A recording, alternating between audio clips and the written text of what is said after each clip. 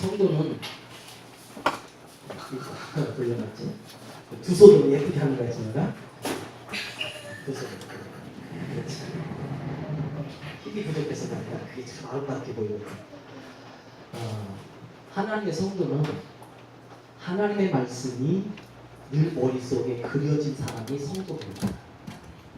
그래서 성경은 우리가 그것을 잘 사는 것이 물론 중요하지만 우리 성도가 어떤 믿음의 근거에서 어떤 말씀을 붙잡고 사는 거예요. 이단들 보면 얼마나 그들이요 잘못된 것인데도 불구하고 목숨 걸어요.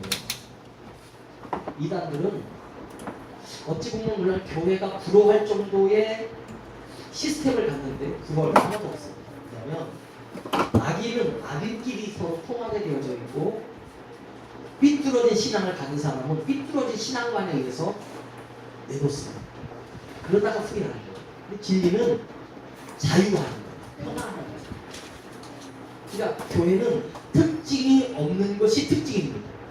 그 특징은 내 개인적인 것이 아니라 하나님의 것이 특징이어야겠죠.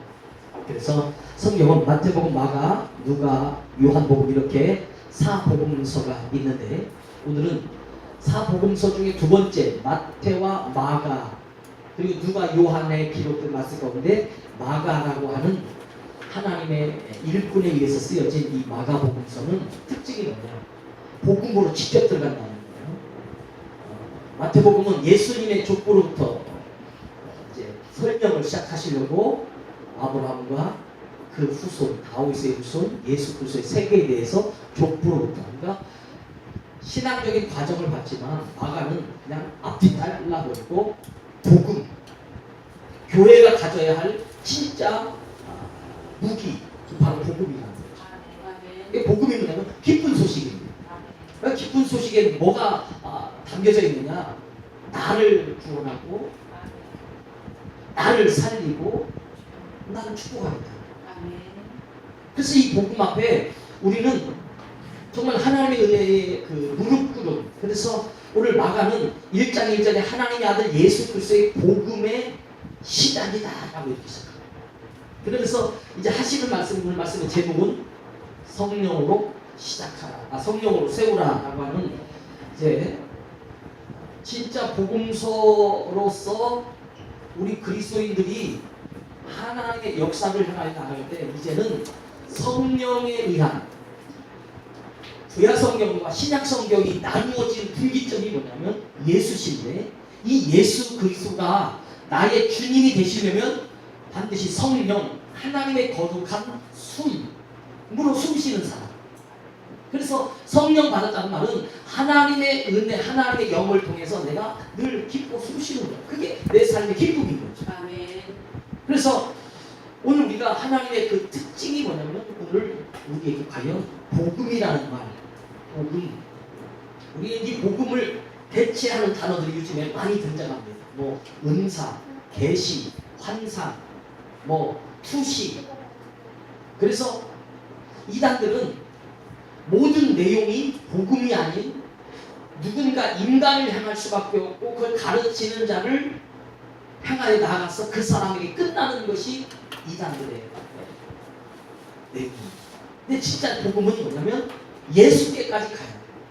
우리는 이 복음이 된다는 것은 결국 복음은 예수 그리스도를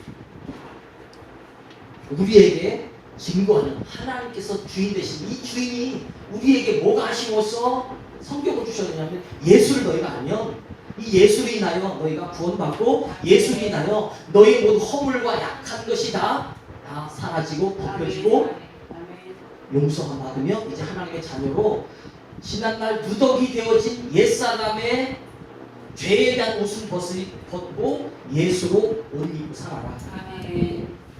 그러면 우리 신앙생활도 그냥 단도직입 들어가면 그럼 교회는 뭐냐? 성령 받아라. 교회는 뭐냐? 복음을 통해서 예수 그리스도를 믿어라. 그래서 우리가 신앙의 혁신을 일으키는 건데 오늘 마가라고 하는 이분의 신앙은 뭐냐? 너희는 이제부터 예수 그리스도의 복음의 시작을 알아라. 그러면서 선지자 이사야의 말씀을 인용해서 오늘 누가 등장하냐면 바로 요한이라는 사람을 등장시킵니다. 거기에 오늘 이 예수를 전하려고 하는 이 복음의 역사 앞에 오늘 요단강에서 물로 침례를 주고 있는 한 선지자 요한, 이 요한에 대해서 먼저 설명합니다. 왜? 복음이 되려면, 예수 앞에 나가려면 우리가 어떤 사람이 하느냐, 보라 내가 내 사자를 네 앞에 보내노니 그가 네 길을 준비하리라. 내 사자, 천사를 말하겠죠. 심부름꾼, 외교관, 주님 하나님의 말씀을 부탁받은 사자를 네 앞에 보낸다. 네라는 말은 예수를 말하니까 주인공이 오는데 네 앞에, 예수 앞에 보내는데 그가 네 길을 준비하리라. 그 사자가 누구예요? 3절에서 광야에 외치는 자의 소리가 들릴 거다. 소리. 그래서 요한은 이 요단강에서 침례를 주고 있지만 사실 이 전체는 뭐냐면 광야 속에 있는 거예요. 광야 안에 요단강이 있고 요단강 안에 물이 있고 그 물 속에서 요한이 지금 침례를 준다는 거예요. 광야라는 큰 것, 바로 이것은 하나님의 교회를 말하는 거예요. 이제는 이 세상 그동안의 도시, 그냥 구약의 성전이 있는 데가 최고 번성한 곳이었거든요. 하나님의 기성소가 있는 곳이 최고 핵심이었어요. 그래서 이스라엘 하면 예루살렘 하면 이스라엘의 수도하면 예루살렘인 줄 알지만 지금 예루살렘은 이스라엘 수도가 아니에요. 텔아비브. 이스라엘은 지금 예루살렘을 수도로 못 삼아요. 거기에는 사실 이 제사장들이 이스라엘이 회복될 때 하나님의 성전의 그 가치를 모르고 그냥 한쪽은 이슬람 사람이 쓰게 만들고 한쪽은 유대인들. 그래서 그것 때문에 지금까지도 계속 분열이 일어나죠. 성전의 중요함을 몰라가지고 다 찾았는데 그 예루살렘만 못 잡았잖아가지고 지금도 이방인들이 이 성전을 관리하고 있다고 그랬어요. 오늘 성경은 광야에 외치는 자의 소리가 있다. 소리.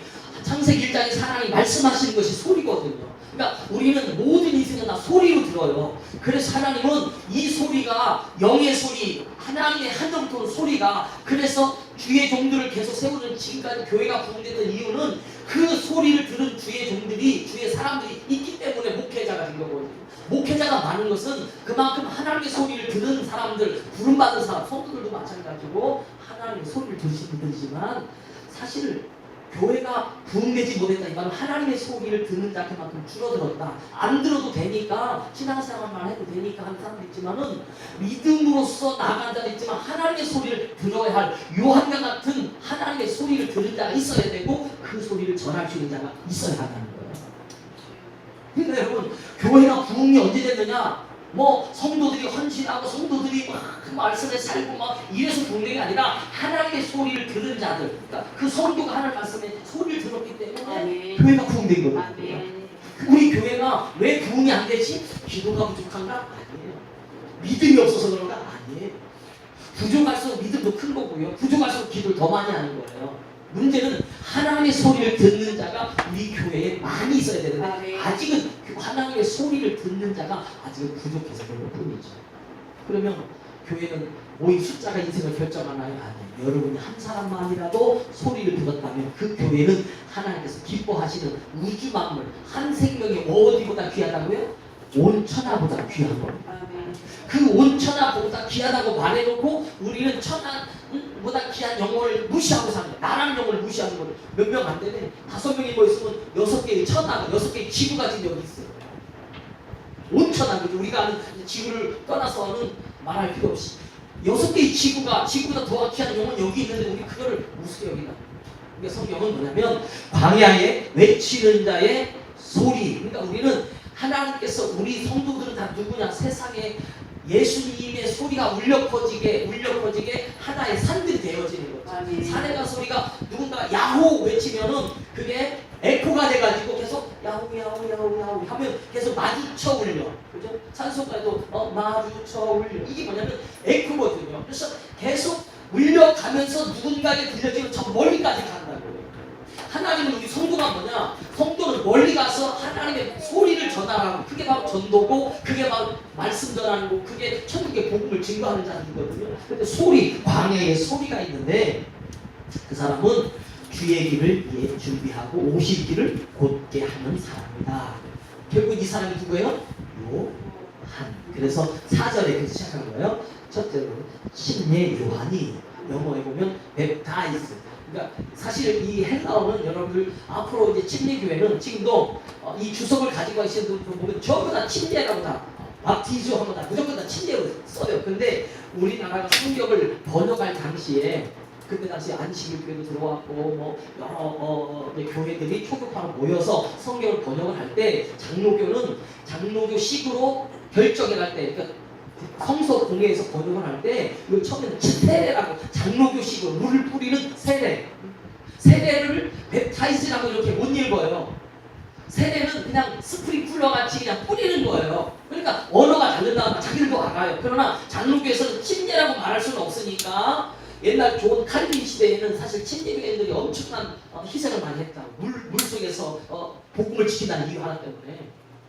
그런데 오늘 이 헬라어에서는 밥티조라고 당장이 나오니까 이거를 침례라는 말은 못하고 그냥 세례로 번역을 했다가 이제는 대한성서공회에서도 반드시 세례라는 말을 쓰고 그 밑에다가 침례라고 반드시 번역을 같이 달아줍니다. 왜냐하면 그걸 거부할 수 없어요. 그래서 여의도 무금교회 책에서도 침례라고 하고 침례교도 침례라고 하고 그리고 이단들도 다 침례라고 해요. 이단들도 다 침례라는 말을 씁니다. 왜냐하면 성경의 번역에 있어서 자기들도 그런 것과 부딪히는 거죠. 그러니까 여러분들 자부심을 가져달라라는 말씀 드리고 싶어요. 그러니까 침례교회가 정통이다가 아니라 침례가 뭐냐가 중요한 거거든요. 그러니까 오늘 이 침례 요한은 왜 침례 요한 또는 세례 요한이라고 번역해 줬느냐? 광야에 이르러서 이 광야가 어디에 이제 나중에 교회가 되겠죠. 이 광야에서 이르러서 그의 소리를 전해주는 거예요. 뭐라고 했어요? 첫째, 복음이라고 하는 것은 첫째 뭐냐면 죄 사함을 위해서. 그래서 우리 1장 4절에 죄 사함을 그랬어요. 죄 사함. 그러니까 회개하라 천국에 갖고 왔으니까 죄를 사함 받는 거죠. 그러니까 죄를 씻어라 그러면 죄가 없어지게 하라. 죄 사함. 그러니까 죄를 깨끗하게 용서함 받는 것을 세 글자로 줄여서 죄 사함. 그래서 요한은 광야에 이르러서 무엇하고 왔느냐? 소리를 외치는데 그 소리의 복음의 내용이 첫째가 죄 사함이에요. 그러니까 모든 진리의 말씀은 우리의 죄를 사하여 주셔야 내가 하나님의 자녀가 되는 거거든요. 근데 이거는 예수를 믿기 전에 하는 첫 번째 죄사함이고 예수 안에서의 죄사함은 하나님의 은혜의 공로로 말미암아 우리가 자녀된 자로서 자녀가 누려야 할 것을 못 누리는 것에 대한 죄사함이지 지옥 갈 죄사함이 아니라는 거예요. 여기서 말하는 죄는 죽음, 저주. 그러니까요, 우리가 우리 인생에 있어서 사람은 뭐를 알아야 되느냐? 내가 인생의 첫째 죽음을 알아야 돼요.